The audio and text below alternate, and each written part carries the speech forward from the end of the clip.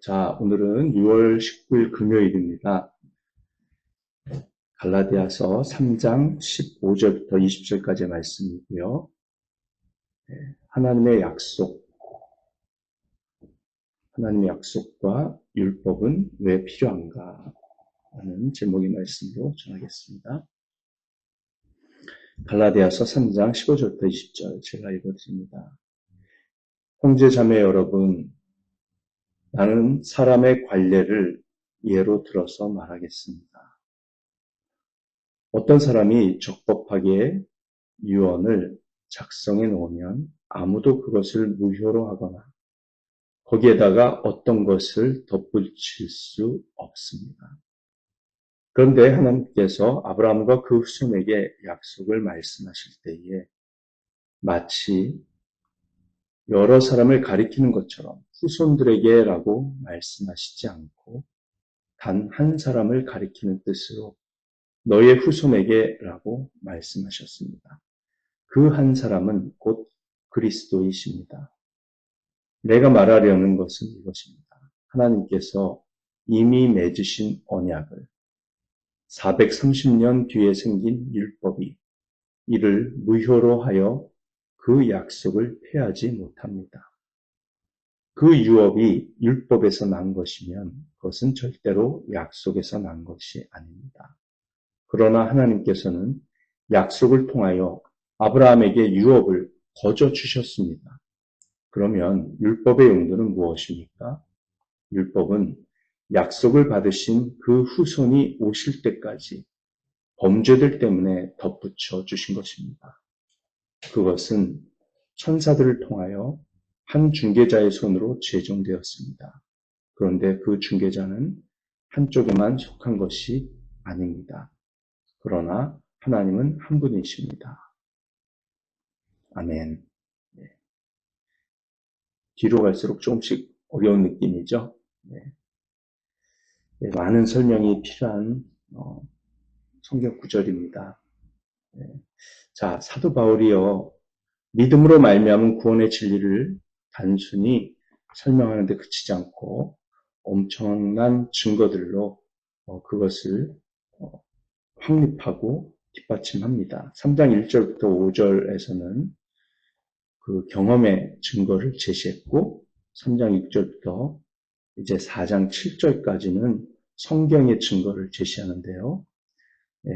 특별히 3장 6절부터 14절까지를 통해서 우리는 아브라함이 믿음으로 의롭다함을 받았다는 것을 성경을 통해서 잘 살펴보았습니다. 그 외에도 구약 성경의 다양한 성경 구절들을 모아서 제시했기 때문에 유대주의자들이나 갈라디아 교회 성도들은 아브라함이 믿음으로 의롭다함을 받았음을 분명히 보아야만 했습니다. 이제 이 지점에서요, 유대주의자들의 그 빤한 반론이 나올 텐데 바울은 그 반론을 미리 예상하는 데 탁월합니다. 로마서를 보면요, 적어도 로마서 1장부터 8장 정도까지는 거의 매 장마다 바울은 상상의 반대자를 내세웁니다. 그리고 반론을 그 상상의 반대자들이 이런 반론을 할 것이다 라고 가정을 해서 그 반론을 싣고 또 거기에 대한 성경적인 답을 계속 해나가면서 굉장히 논리적으로 탄탄하게 주장을 펼쳐나가면서 하나님의 계시의 말씀을 성령의 감동으로 우리에게 정확하게 제시를 해주죠. 그래서 바울은 여기서도 그런 방법을 쓰고 있는데요. 아브라함이 믿음으로 의롭다함을 받았다고 제시한 것에 대해 유대주의자들이 이런 반대의 질문을 할 것이라고 바울은 상정을 합니다. 그 질문은 이렇습니다. 좋습니다, 바울. 당신은 아브라함이 믿음으로 의롭다함을 받았고 아브라함 이후의 사람들도 오직 믿음으로 의롭다함을 받는다고 말합니다. 그건 좋습니다. 하지만 아브라함 이후 몇백 년이나 지나서 율법이 드디어 주어졌는데 그것은 아브라함 시대의 구원 기준을 무효화하고 새로운 기준으로 대체한 것을 의미하는 것 아닌가요? 이런 질문인 거죠. 다시 말하면 반대자들은 이렇게 말하려 했을 것입니다. 우리는 아브라함이 믿음으로 의롭다함을 받았다는 사실은 인정하지만 그것은 단지 아직 율법이 오지 않았기 때문일 뿐입니다. 일단 율법이 오면 모든 것이 달라집니다. 앞의 것들은 무효화되고 새로운 기준으로 대체되는 것이니까요. 이런 뜻인 거죠. 그래서 그들의 주장에 하면 율법은 이전에 믿음으로 말미암은 뭐라고 할까요? 의롭다함 그리고 하나님의 언약을 약속을 무효하고 그 약속에다가 또 다른 무언가를 덧붙이는 효과가 있는 것이다 라고 주장을 한 것입니다. 그래서 율법이 주어진 시점부터는 믿음으로만 구원받는 게 아니라 믿음과 행함이 합쳐져서 의롭다함을 받고 구원을 받는 것이다 라고 유대주의자들은 주장을 한 것인 거죠. 그렇지 않다면 하나님께서 왜 율법을 주셨겠습니까? 라는 반론인 것입니다. 당연한 질문이고 매우 설득력 있어 보이는 주장입니다.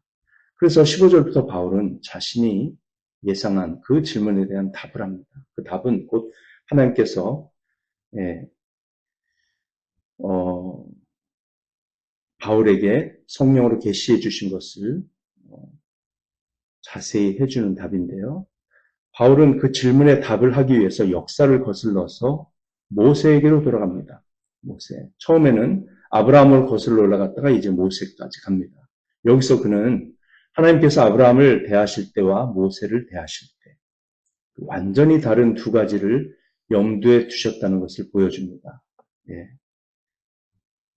이것은 참 대단한 구절이고 또 어려운 구절이기도 합니다만 우리는 반드시 이것을 이해해야 합니다. 이것을 제대로 파악하게 되면 우리는 율법의 목적과 약속의 목적을 서로 다른 목적이 있다는 것을 진정으로 이해하게 될 것입니다. 율법과 약속, 그 둘 사이에는 큰 차가 있죠. 하나님께서는 아브라함에게 약속을 주셨습니다. 아무런 조건도 전혀 없었습니다. 하나님은 너의 자손이 바다의 모래처럼 많을 것이며 너를 통하여서 모든 민족이 복을 받을 것이다 라고 말씀하셨습니다.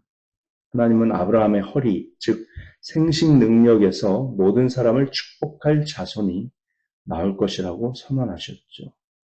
아브라함이 할 일은 그 약속을 듣고 믿는 것뿐이었습니다. 그러나 역사가 진행되고 시간이 흘러 모세에게 이르렀을 때 하나님은 모세에게 단순히 약속만 주신 것이 아니었고 그를 통해서 율법도 주셨습니다. 자, 다른 방식으로 그 차이를 설명해 드리겠습니다. 하나님께서는 아브라함에게 내가 이걸 하리라 라고 말씀하셨어요. 언약과 약속이죠. 그런데 모세에게는 너는 이것을 해야 한다. 그렇지 않으면 이렇게 될 것이다. 상당히 큰 차이가 있습니다. 약속은 하나님에 대한 신앙을 제시했고 율법은 사람에 대한 그 신앙 생활을 제시한 겁니다. 약속은 하나님의 계획, 은혜, 주도권, 하나님의 주권, 축복, 언약에 대해서 말했고요. 율법은 사람의 의무, 행위, 책임, 사람의 행동, 순종을 말했습니다. 은혜를 상징하는 약속은 단지 믿기만 하면 되었지만 행함을 상징하는 율법은 반드시 순종해야 했습니다. 그 둘은 서로 다른 것이었습니다. 자, 유대인은 이제 우리는 율법을 따라야 해. 왜냐하면 율법이 믿음을 대체한 거니까 라고 말할 겁니다. 하지만 그것은 사실이 아닙니다. 그 이유가 뭘까요? 바울의 논증에서 두 가지 주요 요점이 있는데 간단히 요약하면 이렇습니다. 첫째, 믿음의 약속이, 언약이 우월하다는 겁니다. 믿음의 언약이 우월한 것이고, 두 번째는 율법이 우리에게 요구하는 것은 언약보다 열등하다는 점이에요. 이것이 바로 구약 성경의 신학, 즉 구약 신학입니다. 먼저 15절부터 18절에서 믿음의 언약이 가진 우월성 네 가지를 제시하고 있는데요. 첫째는 확증. 두 번째는 그리스도 중심성. 셋째는 시간적 순서. 넷째는 완전성입니다. 자, 먼저 믿음이 율법보다 우월한 네 가지 이유. 첫째, 확증입니다. 믿음은 확증 때문에 율법보다 우월합니다. 믿음은 번복될 수 없습니다. 15절에 보시면 형제자매 여러분, 나는 사람의 관례를 예로 들어서 말하겠습니다. 어떤 사람이 적법하게 유언을 작성해 놓으면 아무도 그것을 무효로 하거나 거기에다가 어떤 것을 덧붙일 수 없습니다. 네, 맞는 말이죠. 네. 바울은 인간의 관점에서 말하고 인간의 관습에 사람의 그 관습과 관례를 예로 들어서 말하겠다고 했습니다. 즉 우리들의 평범한 일상생활에서 비유를 들겠다는 거죠. 그래서 예로 든 게 유언입니다. 유언은 한번 작성해 놓고 그것이 법적 효력이 있다는 것이 확증이 되면 아무것도 거기에 더하거나 뺄 수 없죠. 바꿀 수가 없습니다. 그냥 그 자체로 법적 효력을 가지는 겁니다. 죽은 사람이 살아나서 다시 말을 번복하기 전까지는 그 유언은 그대로 끝입니다. 끝까지 효력을 발휘하는 것이죠. 그런데 여기서요, 유언이라고 번역된 단어 디아테케인데요. 디아테케 헬라어로. 이것은 사실은 유언만 뜻하는 단어는 아니에요. 훨씬 더 많이 일반적인 계약, 약속, 언약 이런 걸 더 많이 뜻하는 단어거든요. 그래서 뭐 이것을 유언장, 유서 뭐 이렇게 번역을 해도 상관은 없지만 사실은 문맥상 그 언약이라고 혹은 약속이라고 번역을 해야 훨씬 더 자연스럽습니다. 그렇게 해야지만 구약시대 때 하나님께서 어떤 방식으로 약속을 주시고 또 고대 근동 사람들은 어떻게 언약을 또 계약과 약속을 법적으로 했는가 그것에 대해서 이제 정확하게 파악하기가 좋기 때문에 그렇습니다. 어쨌거나 우리 세번역에서는 유언으로 번역을 해놨어요. 그런데 여러분이 계약이라고 생각하시면 훨씬 더 좋습니다. 그리고 언약이나 계약을 뜻하는 단어로는 두 가지가 있어요. 하나는 방금 제가 말씀드린 디아테케가 있고요. 또 하나는 쉰테케가 있습니다. 쉰이라고 하는 헬라어 접두어가 붙으면 그거는 영어의 그 콘하고 같거든요. 콘 그러면은 with라는 뜻을 갖잖아요. with. 그래서 누구누구와 함께라는 의미가 붙습니다. 그래서 쉰테케라고 하는 그 언약은 쌍방간의 합의를 의미하는 계약, 언약을 훨씬 더 강조하는 단어고요. 디아테케는 일방적인 계약과 쌍방적인 계약을 다 포함하는 폭넓은 단어입니다. 그래서 여기서는 좀 더 폭넓은 단어가 쓰였어요. 그래서 구약 성경을 보면요. 하나님께서 언약을 주시거나 또 인간과 계약을 맺으실 때는 쌍방간의 합의에 의한 계약이라기보다는 훨씬 더 하나님 편에서 우리에게 일방적으로 주시는 그런 언약을 맺으셨습니다. 그런 계약을 맺으셨어요. 노아와의 계약도 그렇고 아브라함과의 계약, 언약도 그렇고 다윗, 다윗에도 마찬가지입니다. 창세기 15장을 보시면 창세기 15장 그 하나님의 언약이 어떻게 맺어지고 확증되었는지 볼 수 있습니다. 자, 15장 보시죠. 하나님께서는 아브라함에게 언약을 주시고요. 일방적으로 합의를 하십니다. 그리고 그 계약에 대해서 확증하심으로써 스스로 그 계약에 묶이시고 그 계약을 성취하시기 위해서 끝까지 책임지시는 그런 모습을 보여주세요. 자, 창세기 15장 1절입니다. 이런 일들이 일어난 뒤에 주님께서 환상 가운데 아브라함에게 말씀하셨다. 아브라함아 두려워하지 말아라. 나는 너의 방패다. 네가 받을 보상이 매우 크다. 그때는 아브라함이 여쭈어보죠. 주 나의 하나님, 주님께서는 저에게 무엇을 주시렵니까? 저에게는 자식이 아직 없습니다. 저의 재산을 상속받을 자식이라고는 다마스쿠스 녀석 엘리에셀 뿐입니다. 네, 집에서 기른 군사 중에 매우 용맹한 사람을 말하는 거예요. 3절 주님께서 저에게 자식을 주지 않으셨으니 이제 저희 집에 있는 이 종이 저의 상속자가 될 것입니다.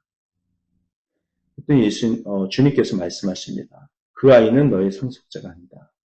너의 몸에서 태어날 아들이 너의 상속자가 될 것이다. 그리고는 주님께서 아브라함을 바깥으로 데리고 나가셔서 말씀하세요. 하늘을 쳐다봐라. 네가 셀 수 있거든. 저 별들을 세어보아라. 너의 자손이 저 별처럼 많아질 것이다. 아브라함이 그 주님의 약속의 말씀을 믿으니 아브라함의 그런 믿음을 의로 여기셨다고 그렇게 말씀하고 있습니다. 네, 아브라함은 그저 하나님을 믿었습니다. 믿는 것 외에 아무것도 할 일이 없었어요. 순수한 하나님의 약속이었고 그런데 사실은 그것이 하나님 편에서 주시는 계약인 겁니다. 계약. 일방적인 계약인데 동시에 쌍방간에 맺어진 계약이 된 거예요. 그래서 이제 내가 너와 거래를 하고 너와 계약서를 체결하겠다라고 그렇게 말씀을 하십니다. 그래서 7절 이하에 보면 이렇게 말씀하시죠. 나는 너를 바빌로니아의 우르에서 이끌어낸 주인데 이 땅을 너에게 소유로 주기 위해서 그렇게 했다고 말씀하세요. 그때 아브라함이 물어보죠. 주 나의 하나님, 우리가 그 땅을 차지하게 될 것을 제가 어떻게 할 수 있습니까? 다시 말하면 하나님이 주신 언약, 저와 맺은 계약에 대한 확증은 뭡니까? 지금 확실한 증거를 보여주십시오. 이렇게 아브라함이 여쭤봤어요. 그랬더니 하나님께서 요구합니다. 나에게 3년 된 암송아지 한 마리와 3년 된 암염소 한 마리, 3년 된 순양 한 마리와 산비둘기 한 마리, 집비둘기 한 마리씩을 가지고 오너라. 아브라함이 그걸 딱 가지고 와서 몸통 가운데를 쪼개어서 서로 마주보게 차려놓았습니다. 비둘기는 쪼개지 않고 양쪽에 한 마리씩 놨어요. 산비둘기, 집비둘기. 이쪽은 저기 소, 염소, 양 이렇게 반씩 쪼개진 고기가 이렇게 늘어지고 그리고 가운데는 좁은 통로가 하나 딱 생겼습니다. 왜 그걸 가져오라고 그랬는데 아브라함은 그냥 자동적으로 이렇게 쪼개서 벌려놓은 것일까요? 그게 바로 고대 근동에서 인간 당사자들 간의 계약서를 체결하는 방식이었기 때문이에요. 네. 아브라함은 하나님 그 동물 가져오라고 했을 때 대번 알아들은 겁니다. 자, 해가 질 무렵에 하나님이 아브라함을 깊이 잠들게 하시죠.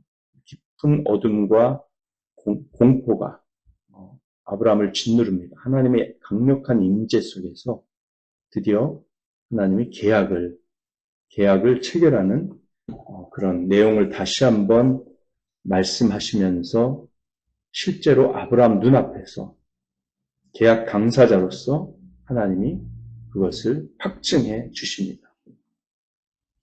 여기 보면 이제 13절 이하에 보면 사실상 이집트란 말은 나오지 않지만 이집트에 대한 예언의 말씀이죠. 다른 나라에서 나그네살이 하다가 마침내 종이 돼서 400년 동안 괴로움을 받는데 그 이후에 너의 자손이 재물을 많이 가지고 나오게 해주고 그 나라를 반드시 내가 벌할 것이다.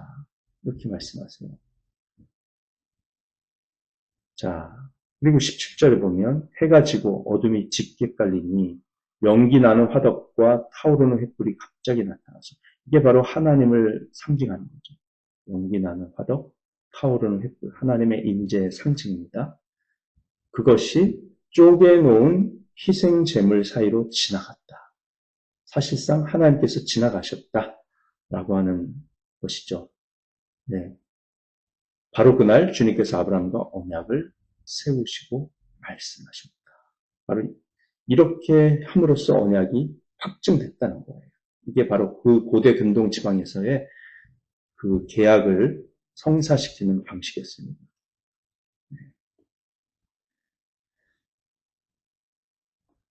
그래서 당시 고대 근동에서는요, 계약을 확정하는 방법 중 하나가 바로 동물의 피를 흘리는 거였는데요. 관습에 따르면 두 사람이 계약을 맺을 때 각자의 양떼에서 어린 양이나 암염소를 하나씩 골라가지고 반으로 쪼개서 양쪽으로 딱 갈라놓습니다. 그리고 계약 당사자 두 사람이 함께 그 피 묻은 동물 사체들 사이에 통로로 이렇게 걸어가는 거예요. 그러면 계약이 확정이 됩니다. 동물의 피로 약속을 한 것이죠. 하나님께서는 아브라함이 아주 잘 알고 있던 당시 고대 근동의 관습에 따라서 당신의 약속, 그리고 일방적으로 주신 그 계약, 아브라함과의 계약을 확정해 주시려고 준비하셨고 그렇게 요구를 하셨던 것이죠. 그래서 하나님은 하나님 자신에게 한 계약을 아브라함에게 들려주셨고 자신의 언약에 스스로를 결속시키셔서 아브라함 편에서 보면 무조건적인 언약인, 그 약속인 그 계약을 맺으심으로써 반드시 그것을 지키시겠다고 하신 것입니다. 만약 아브라함이 믿음으로 구원을 받았고 하나님께서 그런 언약에 스스로를 결속하셨다면 그 언약은 영원히 확정된 것입니다. 하나님은 자신이 계획하신 일을 후회하거나 돌이키지 않았어요. 일단 법적으로 확정되고 동물의 피로 확정된 이상 그 언약은 결코 무효화될 수도 없고 다른 계약 조건이 추가될 수도 없습니다. 그 언약은 즉시 효력을 발휘했죠. 바로 6절에서 이미 효력이 발생했습니다. 하나님이 그 확정시키기도 전에 말씀하셨을 때 이미 그 계약이 그 효력이 발생했어요. 그래서 6절에 보면 아브라함이 그 언약을 믿는 즉시 그것이 그에게 의로움으로 여겨졌다고 했잖아요. 그렇게 효력이 발휘가 된 겁니다. 그 언약은 오늘날에도 여전히 유효합니다. 구원은 여전히 믿음으로 오는 겁니다. 믿음으로. 우리 행함으로 구원이 주어지는 게 아니고 믿음으로 주어져요. 자, 갈라디아서 3장 15절 보시면요. 하나님께서 언약을 맺으시고 확정하셨죠. 확정됐기 때문에 그것을 무효화하거나 다른 조항들을 추가할 수 있는 방법은 아무것도 없습니다. 유대주의자들은 믿음이라는 개념을 무효화하려는 것이 아니라 거기에다가 뭘 더하려고 했던 겁니까? 할례를 더하고 율법 조항들을 더하려고 했던 겁니다. 즉 믿음에다가 행함을 덧붙이려고 했던 것이죠. 하지만 인간적인 관습 속에서도 계약 하나가 확정이 된 다음에는 쌍방 간의 합의가 없는 이상은 무언가 더하는 것이 가능해요? 불가능해요? 불가능하죠. 그래서 하나님께서 율법을 주셨을 때 그것은 뭔가 원래 있던 계약서에다가 다른 걸 조항을 집어넣는 그런 방식으로 주신 게 아니라 다른 목적으로 주신 거라는 거예요. 원래 주신 계약 자체는 무효화될 수도 없고 다른 것을 덧붙일 수도 없다라는 것을 바울이 지금 말을 하고 있는 것입니다. 그래서 하나님께서도 이렇게 하셨는데 우리 인간 그 관습 속에서도 계약서가 딱 체결이 되면 쌍방 간의 합의가 없는 한 아무것도 더하거나 빼거나 변경시킬 수 없잖아요. 법적으로 그 자체로 효력을 갖지 않습니까? 그런데 하물며 하나님께서 아브라함과 사이에 언약을 맺으시고 일방적으로 계약서를 작성하여 확정해 주신 다음에 그 언약을 그대로 끝까지 지켜나가시는데 율법이 주어졌다고 해서 그것이 폐기되거나 그러지 않는다는 겁니다. 그래서 하나님은 그 언약을 예수님 오실 때까지 확실하게 지켜주셨죠. 이스라엘 백성들이 그렇게 율법을 어기고 그랬음에도 불구하고 하나님은 그 언약을 변경하지 않으시고 끝까지 지키셔서 예수님 태어나게 하셔서 아브라함에게 주신 너의 자손을 통해 땅의 모든 민족이 복을 얻을 것이라고 그 언약을 확실하게 지켜주셨습니다. 그래서 율법이 들어와서 첫 번째 계약인 믿음으로 의롭게 된다는 것을 무효화할 수 없다라고 바울이 주장하는 겁니다. 왜냐하면 그것은 하나님에 의해 확증되었기 때문이다. 그래서 이렇게 확증된 믿음이 율법보다 훨씬 더 우월하고 법적인 효력을 가진 것이다 라고 바울이 말을 한 것이죠. 아무도 바꿀 수 없다는 겁니다. 자, 그 이후는 계속해서 다음 주 월요일에 한번 하고 그 다음에는 한국 갔다 와서 9월에 이어서 해야 될 것 같습니다. 기도드리겠습니다. 아버지 하나님 감사합니다. 오늘도 저희들에게 가르쳐 주신 말씀대로 하나님의 그 신실하심을 저희들이 보게 해주시오니 감사합니다. 우리의 삶 가운데 영원히 드리워진 구원의 약속, 예수 그리스도로 말미암은 죄 사함의 약속, 영생에 대한 약속, 신실하신 하나님께서 반드시 지킬 것임을 우리가 믿기에 감사하고 기뻐하며 낙심치 아니하고 하루하루 살아갑니다. 부활을 소망하면서 살아갑니다. 오늘 하루도 승리하게 하시고 어떤 죄의 유혹과 또 세상의 고난이 우리를 덮친다 할지라도 우리의 신실하신 주님을 믿고 의지하며 승리하는 우리 모두가 되게 하여 주시옵소서. 감사하며 예수님의 이름으로 기도합니다. 네, 사랑하고 축복합니다. 오늘도 복된 하루 되시고요. 기도를 승리하는 시간 갖겠습니다.